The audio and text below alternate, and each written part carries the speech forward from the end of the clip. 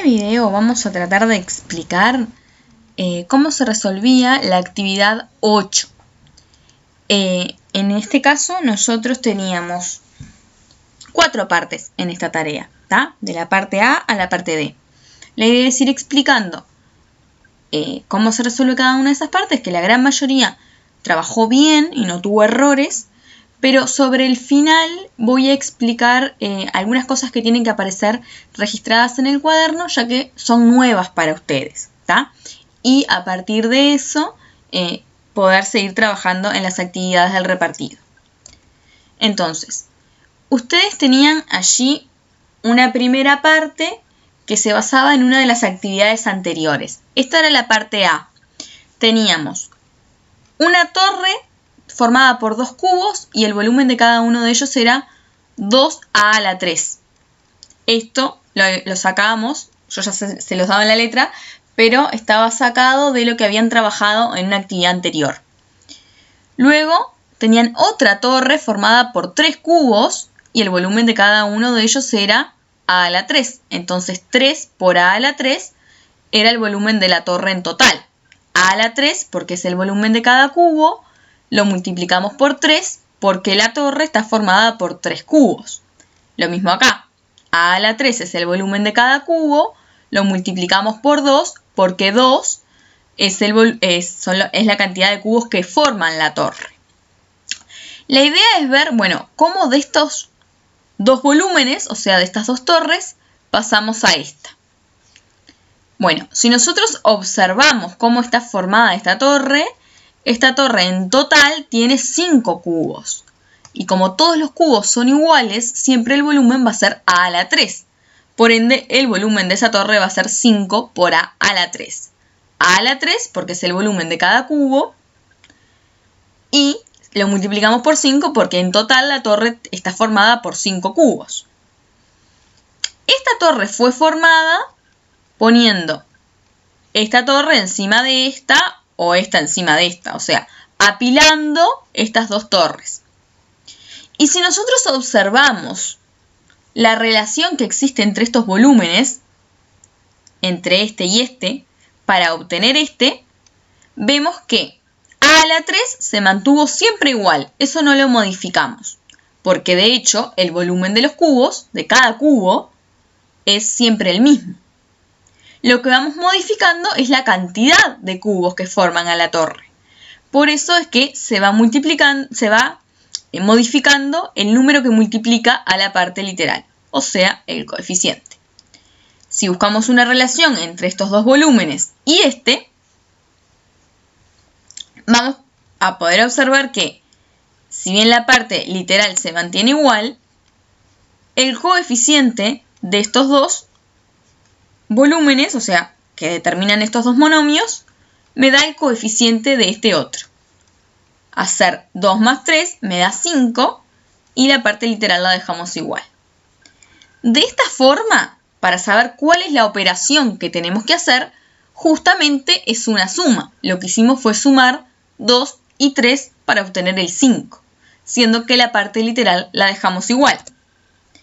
Entonces, ahí tenemos una suma. Y además de una suma, lo que sumamos fueron monomios semejantes. Porque si nosotros observamos, estos 2 monomios tienen la misma parte literal. Entonces, eso los convierte en monomios semejantes. Entonces, lo que hicimos fue una suma, sumamos coeficientes, 2 y 3, pero a su vez nos sumamos los coeficientes de cualquier par de monomios, sino de monomios que son semejantes por tener la misma parte literal. La tercera parte de esta actividad tenía que ver con ir repitiendo el mismo procedimiento que el anterior, pero con diferentes torres de cubos. En este caso, 4 cubos, siempre el volumen es a la 3, entonces sería 4 por a la 3. Acá la torre verde está formada por 5 cubos. Y siempre el volumen de cada cubo es a la 3. Entonces me quedaría 5 por a la 3. Si nosotros colocamos la torre verde encima de la violeta, nos va a quedar un total Si contamos de 9 cubos y todos ellos tienen como volumen a la 3. Entonces 9 por a la 3 es ese volumen. Y nuevamente ocurre esa relación que estuvimos trabajando recién. 4 más 5 es 9 y la parte literal se deja igual. Si seguimos aplicando esa misma relación, vamos a podernos dar cuenta que para obtener la última torre ni siquiera tengo que contar cuántos cubos la forma. Porque me fijo en este volumen. Tiene 2 cubos, a a la 3 es el volumen de cada cubo, me queda 2 por a a la 3. La torre celeste tiene 5 y a la 3 es el volumen de cada uno de ellos, me queda 5 por a la 3. Entonces ya sé que el volumen de la torre que tengo más hacia la derecha va a estar formado por la parte literal a la 3 y el coeficiente va a ser la suma de estos dos. 2 más 5. Y ahí me queda 7 por a la 3. En este caso tengo un solo cubo, azul. Entonces como tengo uno solo y el volumen de él es a la 3, directamente pongo a la 3. Algunos compañeros, como tengo un solo cubo, usaban como coeficiente el número 1. Que no está mal, porque efectivamente cuando el coeficiente no aparece escrito, vale 1. Pero directamente en esos casos ni siquiera se escribe. Y esto es a causa de que cuando no aparece el coeficiente escrito, ya se sobreentiende que vale 1. Entonces no hay necesidad de escribirlo. Entonces directamente podemos acordar que no lo escribimos. Luego, en el segundo caso, tengo 3 cubos. A la 3 es el volumen de cada uno de ellos, por eso es 3 por a la 3. Luego, aplicando el mismo procedimiento que en el anterior, si sumo coeficientes 1 y 3, me va a quedar 4, el coeficiente del monomio que represente este volumen. Y a la 3 lo dejo igual. Y en este otro caso, nuevamente tengo a la 3, porque tengo un solo cubo. Acá tengo 4 cubos, entonces me va a quedar 4 por a la 3. Y al poner la torre de cubos verde sobre el rojo, me van a quedar en total 5 cubos y el volumen de todos ellos es a la 3. Esto lo puedo razonar de esta manera o por el procedimiento que veníamos mencionando. Acá tengo un 1, acá tengo un 4, ya sé que el coeficiente acá va a ser 5, porque es la suma del 1 y el 4. Y la parte literal se deja igual. Por ende, me va a quedar siempre a la 3. De esta forma, ¿qué podemos conjeturar? Conjeturar significa deducir algo. Bueno, ¿cómo vamos a sumar estos monomios que siempre eran semejantes? Ahí observamos que siempre se suman los coeficientes de los monomios que son semejantes y la parte literal siempre la dejamos igual. Por eso en los casos anteriores siempre la parte literal era a la 3. Y lo que sumábamos eran solo los coeficientes. Acá aparece una conclusión de esta actividad, que esto va a tener que ir registrado en el cuaderno, sobre cómo sumar monomios semejantes cuando sumamos 2 o más monomios semejantes, porque no tienen por qué ser siempre la suma de a 2, sumamos solo sus coeficientes. Es lo único en lo que me tengo que fijar para sumar. Y la parte literal la dejo igual. Eso no se modifica. Cuando sumamos monomios semejantes, el resultado que obtenemos siempre va a ser un monomio semejante a los monomios que sumamos. Y esto se debe justamente a que siempre tenemos que mantener la misma parte literal. Si mantenemos la misma parte literal, el monomio que obtengo como resultado va a ser semejante a los que sumé, porque justamente le mantuve la misma parte literal que va a ser lo que lo convierta en un monomio semejante a los sumados. Cuando nosotros tenemos monomios semejantes, puedo hacer la suma y se hace de esa manera que recién expliqué. Ahora, cuando los monomios no son semejantes, directamente no se pueden sumar. Por ejemplo, acá yo tengo un monomio que es 3x a la 2. Y acá tengo otro que es 4x. La parte literal acá es x a la 2. La parte literal acá sería x a la 1. Acuérdense que cuando el exponente no está es porque vale 1. Entonces, esos monomios no son semejantes porque tienen partes literales distintas. Cuando tienen partes literales distintas, no se pueden sumar. Si alguien quiere aplicar el método de cómo sumamos monomios, podría decir, bueno, 3 más 4 son 7. Pero ¿qué parte literal pondría si estos dos no tienen la misma parte literal? ¿Qué correspondería poner? ¿X a la 2 o X? Como no tienen la misma parte literal, no sé cuál va a ser la parte literal del resultado. Eso determina que directamente estos dos monomios no puedan sumarse. Entonces, ese método de sumar el 3 y el 4 no funciona porque no sé qué parte literal voy a dejar, si la de este o la de este. Entonces, como eso no funciona, porque me quedaría un monomio sin parte literal, directamente no se pueden sumar y se deja así escrito. Cuando yo tengo la suma de varios monomios, como por ejemplo, un monomio le sumo otro, determina una expresión de dos términos. ¿Se acuerdan que nosotros habíamos trabajado que cuando tengo un término solo, tengo un monomio? Cuando empiezo a agregar signos de más o signos de menos, se me van formando varios términos. Los varios términos determinan una expresión que se llama polinomios. Poli viene de muchos, o sea, de más de uno. Y después tengo la parte de los monomios. Un polinomio está formado por más de un monomio al menos.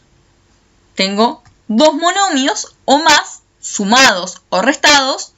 Eso significa que tengo un polinomio. Por ejemplo, cuando tengo una expresión como 4x menos 7x al cuadrado. Tengo dos términos separados por un signo de menos. En cada uno de esos términos tengo un monomio. Entonces esto es un polinomio. Acá tengo un signo de más, un monomio y un número solito, al que le solemos llamar término independiente. Entonces, también tengo dos términos, uno de ellos es un monomio, que en este caso sería el 2x, entonces, en ese caso, también tengo un polinomio. Es cuando tengo más de un término, separado por signo de más o signo de menos, y en esos términos tengo monomios y también pueden aparecer números solitos que se llaman términos independientes. Cuando tengo las expresiones de ese tipo, tengo polinomios. Siempre la letra que forma el polinomio siempre va a tener alguna letra que va a representar un número desconocido, igual que en los monomios, y en ese caso siempre se van a llamar variables. Eso no va a cambiar respecto a lo que veníamos trabajando. A los polinomios siempre les solemos poner un nombre, que lo solemos anotar con una letra mayúscula. Por ejemplo, el polinomio se llama A, en este caso. Y entre paréntesis anotamos la otra letra que va a representar la variable del polinomio, o sea, la que representa el número desconocido. En este caso, esto se lee A de X. Esto donde ponemos A, paréntesis X, se lee A de X. Lo que significa que el polinomio se llama A y que su variable es X. Por eso es que la X aparece en la expresión del polinomio. 4x a la 2 más 2x menos 6, en ese caso. Y sabemos que eso es un polinomio justamente porque tengo tres términos separados por un signo de más y un signo de menos, donde acá tengo un monomio, acá tengo un monomio y acá tengo un término independiente. Luego, ¿un polinomio está reducido? Cuando no tiene monomios semejantes o términos semejantes que lo formen. Cuando tengo un polinomio, tengo más de un monomio separado por signos de más o signos de menos. Cuando en toda esa expresión no hay monomios semejantes, se dice que el polinomio está reducido. Por ejemplo, en esta expresión, yo acá tengo un monomio y un término independiente. Acá no hay ningún monomio que tenga, ni tampoco un término independiente, que aparezca más de una vez. Por ejemplo, en el caso del término independiente, tengo un término independiente solo. En el caso de los monomios, estos dos monomios no son semejantes, porque uno tiene como parte literal x a la 2 y el otro parte literal x a la 1 sería. Entonces, el polinomio sí está reducido porque no tiene monomios semejantes y tampoco tiene otro término independiente que no sea este. Cuando pasa eso, se dice que este monomio está reducido. Porque ya esta suma o esta resta ya no la puedo reducir más, no la puedo simplificar más, justamente por no ser semejantes esas expresiones. Luego, cuando tengo un polinomio reducido, puedo hacer referencia a cuál es su grado. Una vez que ya reduje el polinomio y no se puede reducir más, o sea, se quedó sin términos semejantes, puedo decir que el mayor exponente de los monomios que lo forman es el grado del polinomio. Voy a ir a la expresión y me voy a fijar de los monomios que lo forman, este monomio y este monomio, cuál tiene el mayor exponente. En este caso es el 2, entonces 2 es el grado del polinomio A. Siempre que su coeficiente sea diferente de 0, en realidad eso es una aclaración para referirnos a que para hallar el grado de un polinomio no me voy a fijar en los términos independientes. Solo me voy a fijar en los monomios que tienen una variable que aparece escrita. Por ejemplo, en este caso me fijaría en estos dos monomios, porque son los que tienen una variable escrita ahí, la x. Y de esos dos me voy a fijar, bueno, cuál es el que tiene el mayor exponente. Como en este caso es el 2, porque cuando no aparece escrito vale 1. Entonces 2 es el grado de ese polinomio. Ejemplos. Ahí tenemos un polinomio que se llama a de x. Y es esa expresión que le corresponde. Si nosotros nos fijamos cómo está formado ese polinomio, tiene estos monomios y este término independiente. Ahí podemos observar que hay dos monomios que son semejantes porque tienen como parte literal x a la 4. Entonces, tiene monomios semejantes, entonces no está reducido. Si tiene monomios semejantes, no está reducido. Y acá tenemos otro polinomio que se llama b. Y en ese caso, ese polinomio, cuya variable es x, si nos fijamos en cómo está formado, tiene estos tres monomios y este término independiente. Y como tiene un término independiente solo, y de los monomios que lo forman, ninguno de ellos es semejante, porque tienen exponentes distintos, entonces puedo decir que no tiene monomios semejantes, entonces es un polinomio que está reducido.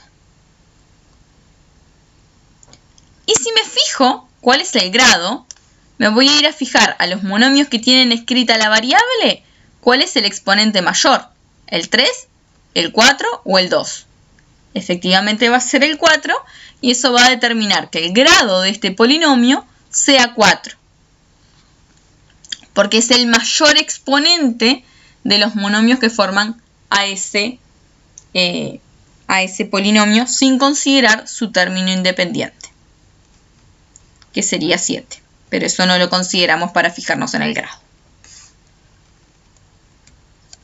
Y acá voy a explicar la actividad que sigue. Acá dice actividad 10, en realidad es la actividad 9, que es una actividad para practicar. Ustedes ahí, con esto que trabajamos recién, recuerden que esto de los ejemplos, esta diapositiva y esta tiene que estar escrita en el cuaderno. Todo esto tiene que aparecer escrito en el cuaderno porque es algo nuevo. Y a partir de ello van a trabajar en esta tarea que es la 9, la que sigue en el repartido. Entonces, tiene dos partes, parte A y parte B.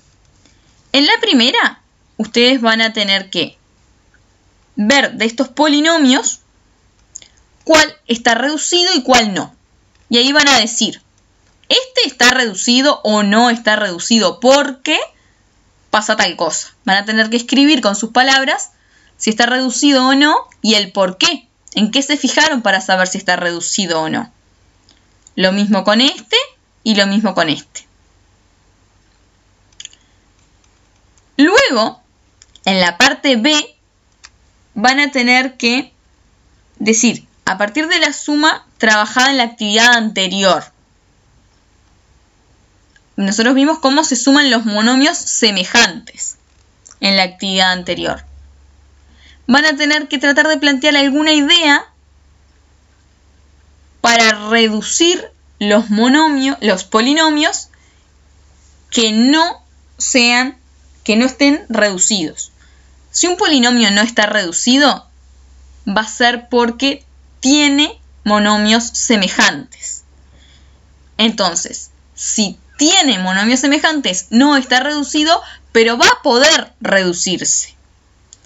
Para eso van a tener que fijarse en cuáles son los monomios que tiene semejantes y van a tratar de sumar esos monomios semejantes de la misma forma que vimos en la actividad anterior, usando la estrategia de cómo se suman los monomios semejantes. Y aquellos que no sean semejantes van a quedar planteados en la suma, pero no se van a poder sumar. Porque dijimos que solamente sumamos monomios semejantes, o sea, solamente sumamos monomios cuando sean semejantes. Esa es la única forma de poder reducirlos. Si no son semejantes, directamente no se puede aplicar esa misma estrategia que vimos en la actividad anterior.